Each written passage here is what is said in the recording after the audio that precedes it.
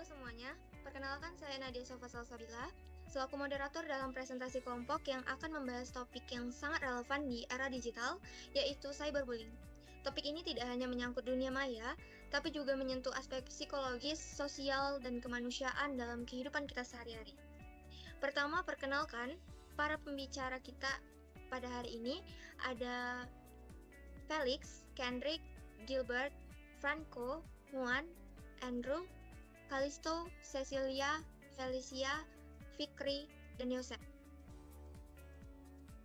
Oke, berikut ini adalah materi yang akan kami sampaikan pada video kali ini.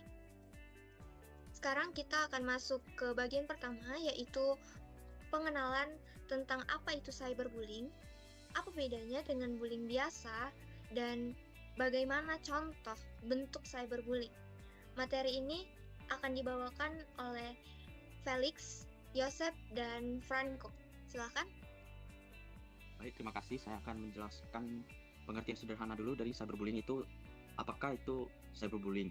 Jadi cyberbullying adalah sebuah bentuk perundungan yang terjadi melalui media digital seperti media sosial, pesan singkat, atau platform lainnya yang secara daring.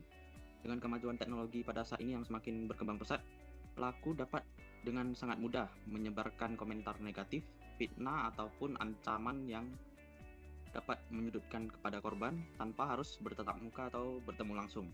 Nah, fenomena ini saking sering terjadinya sehingga cyberbullying ini sudah menjadi sebuah masalah yang utama dalam dunia pendidikan di seluruh dunia. Selanjutnya akan dijelaskan oleh Yosef. Selanjutnya ada cyberbullying versus bullying.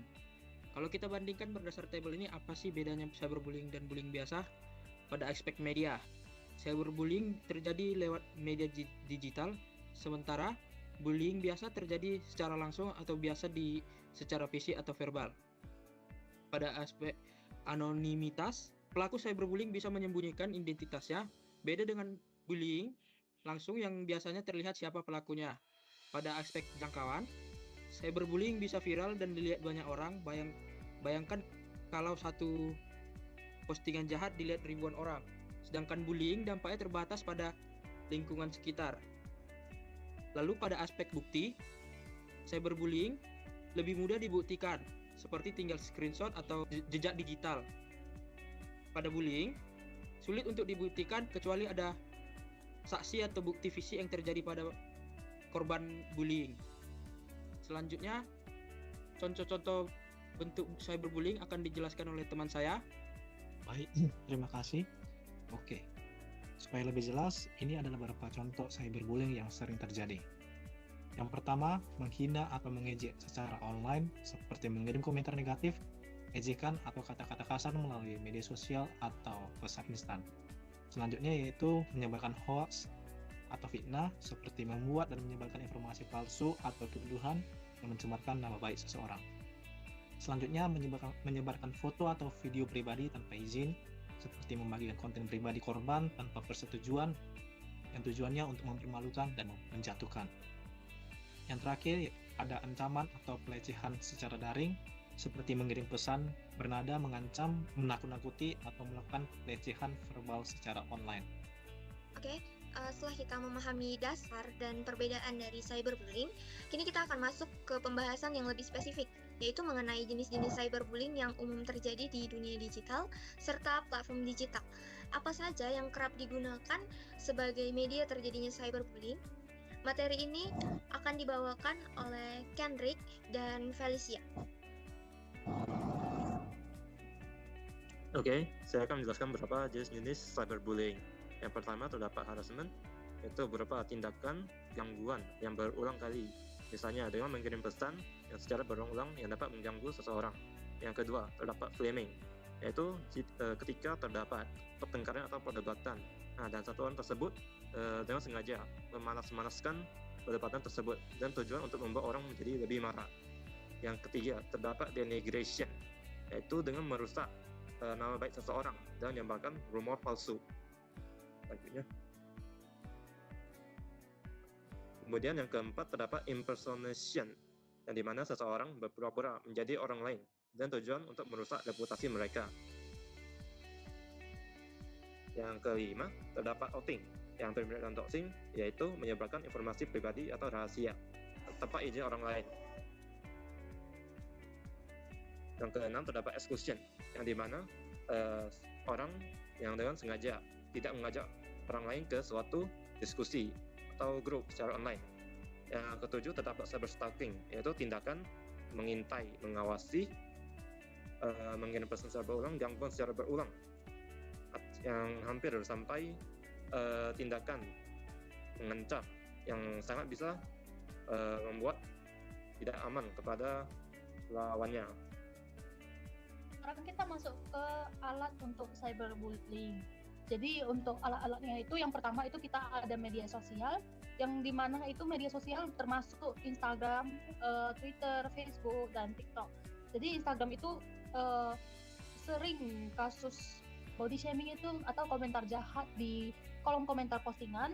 Terus untuk yang di bagian Twitter itu banyak terjadi hate speech atau doxing atau bullying dalam bentuk tweet atau mention. Terus untuk di bagian Facebook itu banyak digunakan untuk menyebarkan misalnya hoax atau rumor, terus menghina juga dan bullying itu melalui status atau komentar. Terus untuk yang terbaru, yang baru-baru ini ada bagian TikTok, aplikasi media sosial TikTok itu banyak terjadi hate speech, komentar kasar pada video, mungkin pelecehan kreator, terus ada tantangan yang berujung pada perundungan. Berikutnya, itu ada pada aplikasi pesan. Ini merupakan salah satu alat untuk cyberbullying. Mungkin untuk WhatsApp, Telegram, atau mungkin Line itu bentuknya itu dalam bentuk grup chat. Sering terjadi dalam grup chat, ataupun bisa melalui pesan pribadi, atau penyebaran informasi pribadi. Jadi bullyingnya itu sering terjadi pada dalam bentuk chat. Terus untuk di bagian Discord itu seringnya itu digunakan oleh komunitas game meeting. Mereka bullyingnya itu terjadi dalam server publik ataupun dalam private. Yang alat berikutnya itu ada game online. Game online saat ini itu kan banyak yang sudah bisa seperti voice chat atau mungkin bisa chat secara online di game secara langsung. Jadi itu mungkin ada Mobile Legends atau mungkin ada Roblox atau dan lain-lain lah. Jadi banyak laporan perundungan dalam bentuk penghinaan verbal. Itu mungkin pelecehan melalui voice chat atau perilaku merugikan pemain lain. Oke, berikutnya kita akan simak bagaimana dampak dari cyberbullying dapat memengaruhi korban, tidak hanya dari sisi psikologis dan sosial, tapi juga kesehatan fisik dan prestasi akademik. Lalu, bagaimana kita bisa menjadi bagian dari solusi? Bagaimana sikap kita seharusnya? Oke, semua ini akan dibahas oleh Kalisto dan Gilbert. Silahkan. Jadi ada 4 dampak dari cyberbullying. Yang pertama adalah dampak psikologis.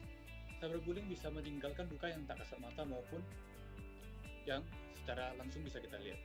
Korban bisa mengalami depresi, kecemasan berlebih, dan merasa tidak berharga. Bahkan dalam beberapa kasus, mereka sampai memiliki pikiran untuk mengakhiri hidup. Yang kedua adalah dampak sosial. Karena terus diserang secara online, banyak korban mulai takut untuk bersosialisasi, menutup diri, kehilangan percaya diri, dan menjadi korban stigma atau diskriminasi. Selanjutnya, yang ketiga ada dampak fisik. Cyberbullying juga bisa berdampak secara fisik. Korban mungkin mengalami gangguan tidur, sakit kepala terus-menerus, nafsu makan berkurang, bahkan muncul gejala psikosomatis, yaitu gangguan fisik yang muncul karena tekanan mental. Yang keempat adalah dampak akademis. Tekanan mental yang berat bisa membuat korban kehilangan semangat belajar. Akibatnya, prestasi akademik menurun, hubungan dengan guru dan teman memburuk, dan tak jarang mereka menjadi sering bolos atau absen dari sekolah atau kuliah. Selanjutnya sudah dijelaskan oleh Gilbert.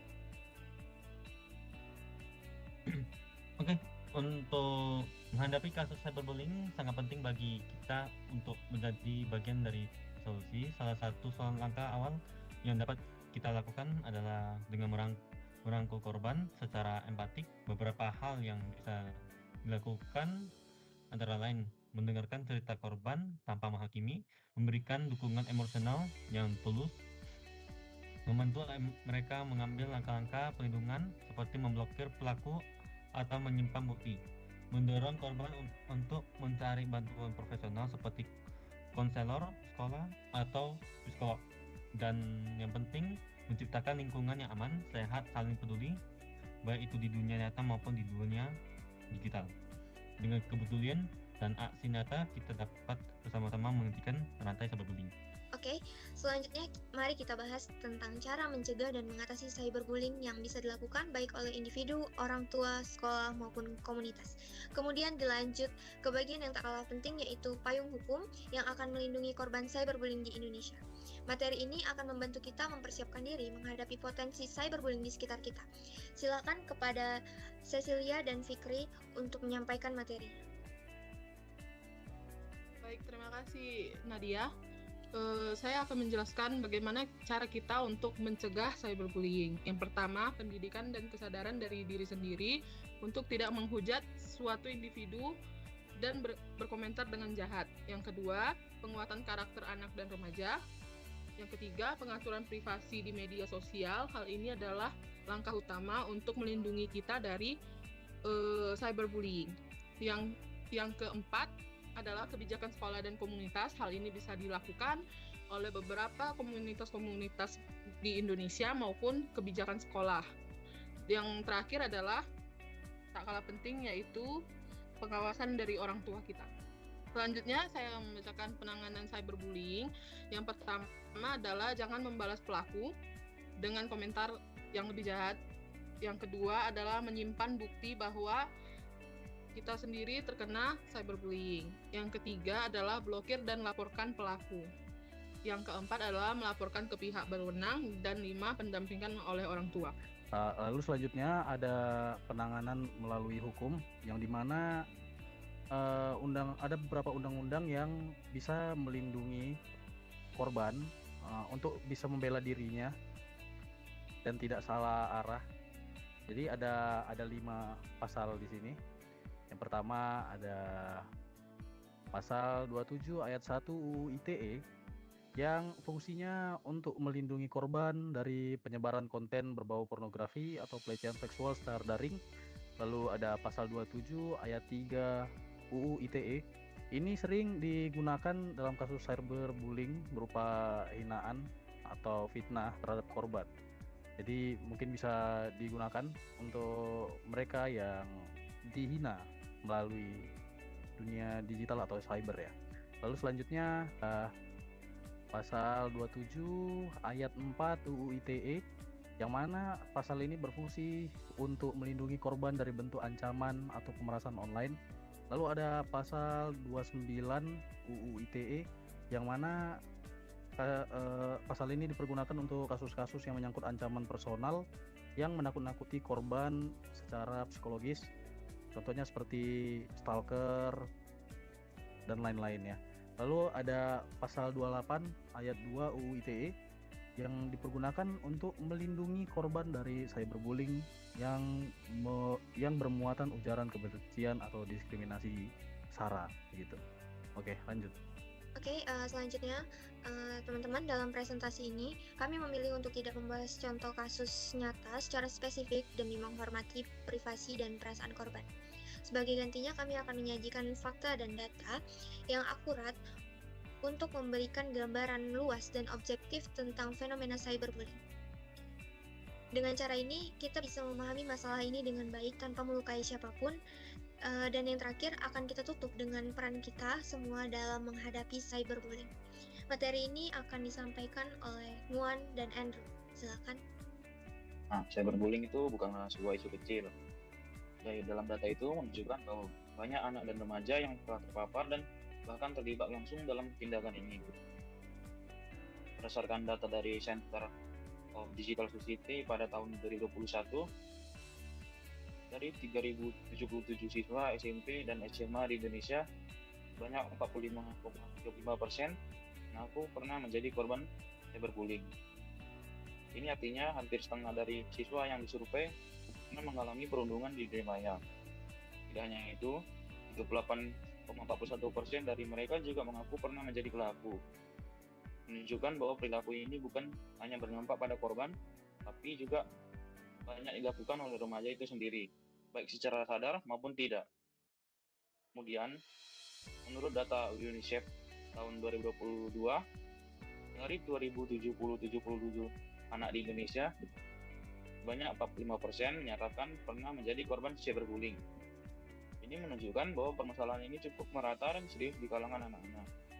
Fakta-fakta ini menjadi peringatan bahwa cyberbullying adalah ancaman nyata terhadap kesejahteraan psikologis generasi muda kita. Cyberbullying bukan hanya urusan antara korban dan pelaku. Ini adalah tanggung jawab kita bersama. Kita semua punya peran dalam menciptakan ruang digital yang aman, terutama bagi anak-anak dan remaja. Nah, langkah pertama adalah menjadi pengguna internet yang bijak. Pikirkan baik-baik sebelum membagikan, mengomentari, atau menyebarkan sesuatu secara online. Hal-hal kecil yang kita lakukan bisa berdampak besar bagi orang lain. Yang kedua, mulai dari lingkungan terdekat, edukasi teman dan keluarga agar lebih peka terhadap bentuk-bentuk cyberbullying dan tahu bagaimana cara meresponnya dengan cepat. Ketiga, mari terlibat aktif dalam kampanye anti-cyberbullying, baik di sekolah, komunitas, maupun media sosial. Semakin banyak yang menyuarakan kebaikan, semakin sempit ruang untuk perundungan. Ingat, cyberbullying bukanlah lelucon, dampaknya nyata dan bisa menyakitkan. Dengan empati dan kepedulian, kita bisa mencegah lebih banyak korban dan membangun lingkungan digital yang lebih sehat. Baik, demikian pemaparan materi dari kelompok kami. Dapat kita simpulkan bahwa cyberbullying adalah masalah serius yang berdampak luas bagi korban maupun masyarakat secara keseluruhan. Namun dengan pemahaman yang baik, dukungan yang tepat, serta peran aktif kita semua sebagai individu, orang tua, dan masyarakat, kita dapat mencegah dan mengatasi cyberbullying ini. Mari bersama-sama kita menciptakan lingkungan digital yang aman, nyaman, dan penuh rasa hormat. Demikian presentasi dari kelompok kami, semoga bermanfaat bagi kita semuanya.